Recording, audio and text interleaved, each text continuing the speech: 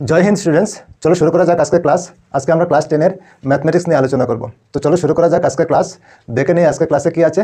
তো class 10 mathematics exercise 7.1 question number 8, y এর মান নির্ণয় করো যাতে পি 2,-3 এবং কিউ 10, ওয়াই বিন্দু দ্বয়ের দূরত্ব 10 একক হবে।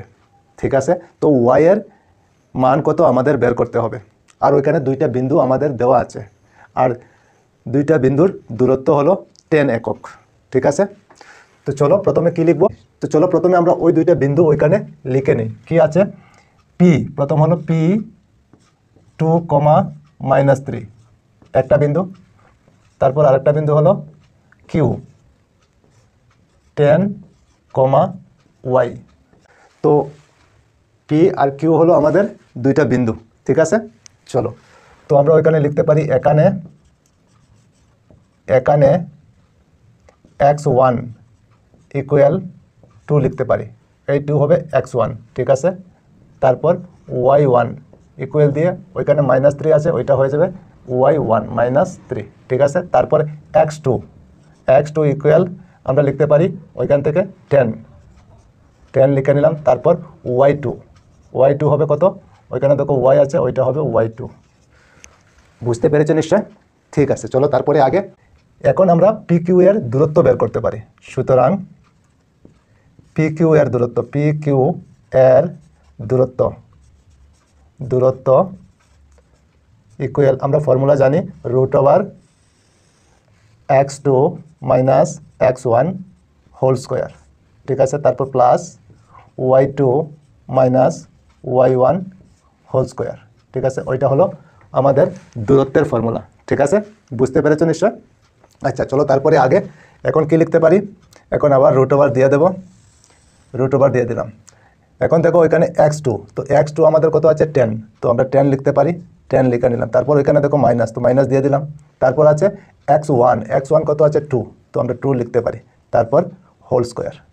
ঠিক আছে, তারপর প্লাস। এখন দেখো ওইখানে y2 আমাদের কত আছে, y আছে, তো y লিখতে পারি y। ঠিক আছে, তারপর মাইনাস দিয়ে দিলাম।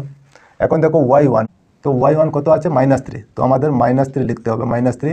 তো মাইনাস দুইবার হয়ে গেল, তো ওইখানে ব্র্যাকেট দিতে হবে। ঠিক আছে, তো যদি ওইখানে ব্র্যাকেট দিই তাহলে ওইখানে সেকেন্ড ব্র্যাকেট দিতে হবে, সেকেন্ড ব্র্যাকেট দিয়ে আমরা স্কোয়ার লিখতে পারি।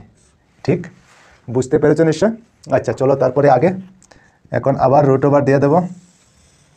এখন 10 থেকে 2 মাইনাস করলে কত হবে, 8 হবে, 8 হোল স্কোয়ার প্লাস। এখন y লিখে নেব, y আর মাইনাসে কী হবে, প্লাস হয়ে যাবে 3 হোল স্কোয়ার। বুঝতে পেরেছো এতটুকু? ঠিক আছে, চলো তারপরে আগে। এখন আবার √ওভার দিয়ে দেবো। 8 স্কোয়ারে কত হয়, 64 হবে, 8 8 যে 64। তারপর প্লাস ওইখানে দেখো y + 3 হোল স্কোয়ার, তার মানে a + b হোল স্কোয়ার। তো a + b হোল স্কোয়ারের ফর্মুলা আমরা কি জানি, a² + 2ab + b²। ঠিক আছে, চলো তো a স্কোয়ার, তো a আমাদের এখানে কি আছে y, তো y স্কোয়ার লিখতে পারি। ঠিক আছে, a স্কোয়ার হয়ে গেলো। তারপর প্লাস 2ab + 2a আমাদের কি আছে y, তো y লিখতে পারি। তারপর b হলো কত 3। ঠিক আছে, তারপর b হলো 3 স্কোয়ার। বুঝতে পেরেছো এতটুকু? ঠিক আছে, চলো তারপরে আগে। এখন আবার √ওভার দিয়ে দেবো।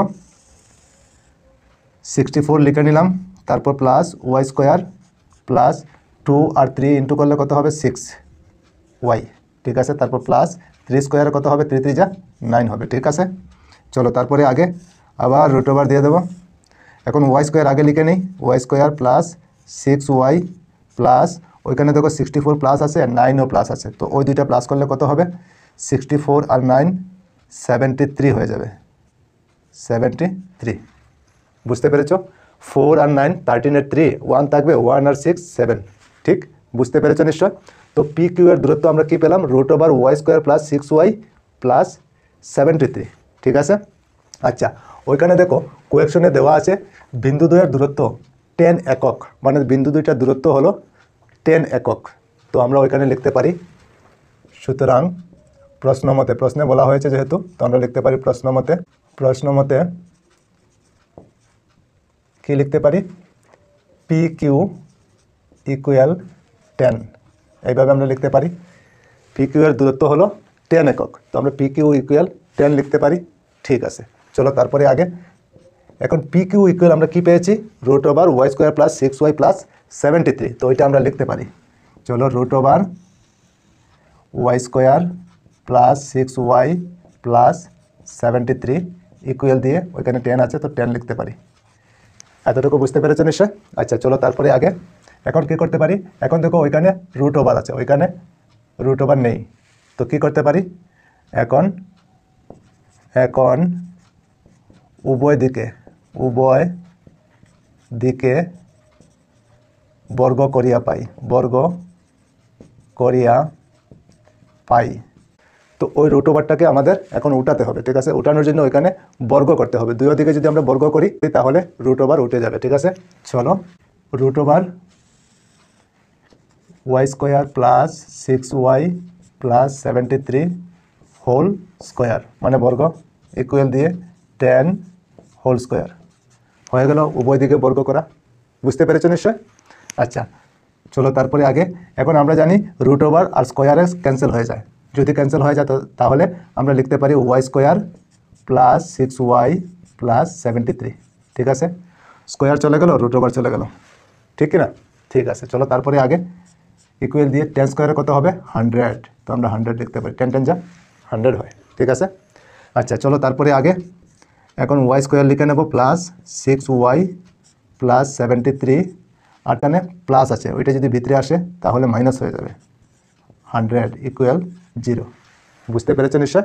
আচ্ছা চলো তারপরে আগে এখন ওয়াই স্কোয়ার আবার লিখে নেব প্লাস 6y আর এখন প্লাস 73 মাইনাস 100, তার মানে 100 থেকে 73 মাইনাস হবে, তো মাইনাস হলে 10 থেকে 3 মাইনাস করলে কত হবে 7, আর 9 থেকে 7 মাইনাস করলে 2, আর 100 হলো বড়োর আগে কি আছে মাইনাস, তো ওইখানে মাইনাস সাইন দিতে হবে, ইকুয়াল দিয়ে 0। বুঝতে পেরেছো নিশ্চয়? আচ্ছা এখন আমাদের উৎপাদক করতে হবে ফ্যাক্টর, যাকে বলে ফ্যাক্টর, মিডিল টাউন ফ্যাক্টর করতে হবে। চলো এখন কি করতে পারি, এখন আমরা উৎপাদক করতে পারি। তো উৎপাদক করতে হলে আমরা কি করব, ওয়াই স্কোয়ারের সহগ আর ধ্রুবক পদ ইন্টু করে নেব, তো ওয়াই স্কোয়ারের সহগ তো কিছু নেই 1 আর 27 ইন্টু করলে কত হবে 27ই হবে, ঠিক আছে? 27। এখন এমন দুইটা নাম্বার আছে ইন্টু করলে 27 হয়, আর প্লাস বা মাইনাস করলে 6 হবে, তো এমন দুইটা নাম্বার আমাদের বের করতে হবে, ঠিক আছে?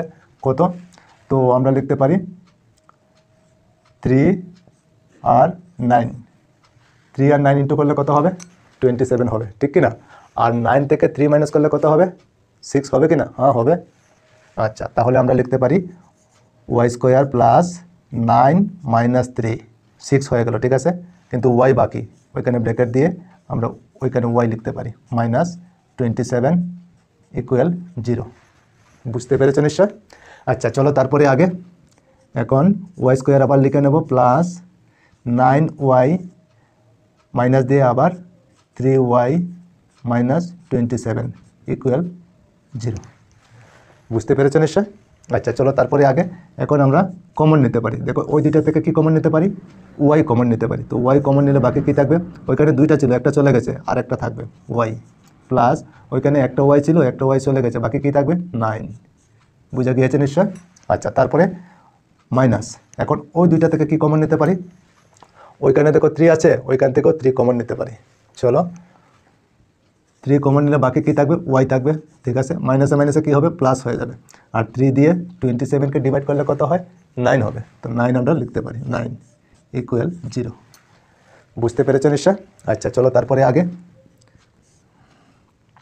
এখন এই দুইটা থেকে কি কমন নিতে পারি, এই দুইটা থেকে কি কমন যাবে, ওইখানে দেখো ওয়াই প্লাস 9, ওইখানে দেখো ওয়াই প্লাস 9, সেম আছে কি না? হ্যাঁ ঠিক আছে, তো আমরা লিখতে পারি ওয়াই প্লাস 9 ইন্টু দিয়ে আবার বাকি কি থাকে ওয়াই আর মাইনাস 3, ওয়াই মাইনাস 3 ইকুয়াল 0।